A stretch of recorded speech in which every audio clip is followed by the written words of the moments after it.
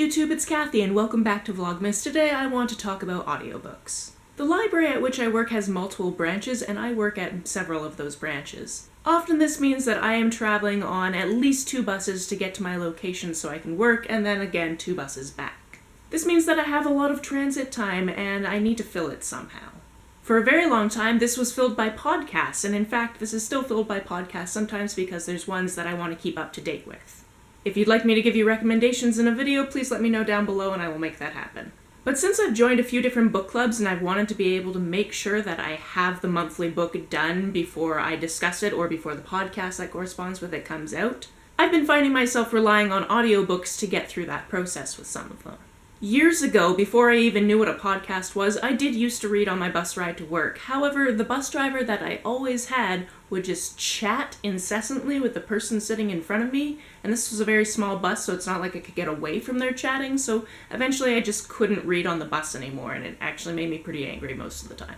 So coworkers suggested podcasts, and eventually I got around to doing that. It used to be that I would download Welcome to Night Vale and put it onto an MP3 player so I could listen to it, because I didn't realize that it really doesn't take up that much space on your phone, and I was just worried about overloading my phone with podcasts and then my phone not working properly. Turns out I can put a lot of podcasts on my phone and it still works just fine. And now the other thing I can put onto my phone is audiobooks. No, this is not a shill for Audible. I didn't really enjoy Audible whatsoever. I did the 3-month trial thing knowing that I just wanted to get 1 book out of it and I would cancel the service after that because I didn't want to have to pay for the service whether or not I used it and then pay for books on top of that. No. I'm a child of Netflix. You pay 1 price, you get all of the things. That's kind of my mentality with that. And I never even got through that book because Audible just kind of messed up, decided that I didn't actually have that book, took it away from me. The way that I get audiobooks is actually through my library. With my library, I just take my library card number, put it into an app that they tell you to download to your phone, and I can just download books. Sometimes you have to put holds on them because other people are listening to them at that point, but other than that, you just download books, you listen to them, you return them, like you would to the library physically, but it's all just on your phone.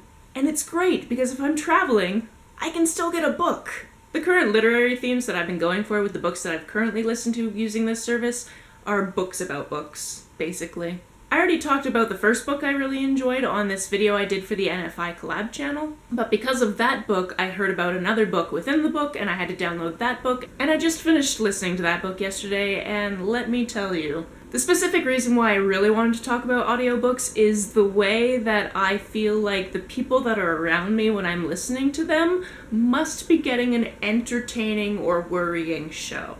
I'm the type of person that when I'm watching something or listening to something, I react to it a lot with my face.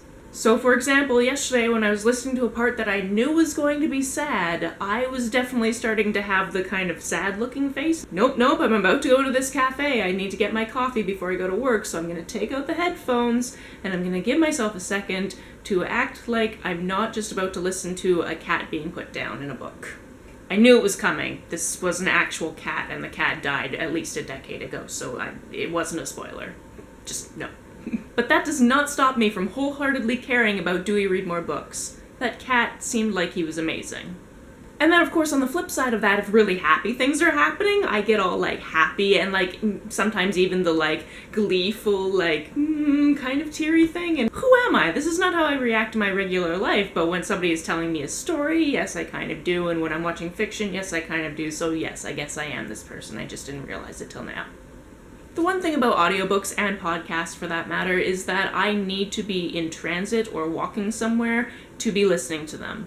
If I'm just sitting there, I will fall asleep. If I'm trying to do something else, I won't take in anything that I'm listening to. Sometimes I feel like I'm getting a little bit more out of the experience, especially if it's a book that has multiple voice actors in it. For example, Illuminae, listening to that book, amazing.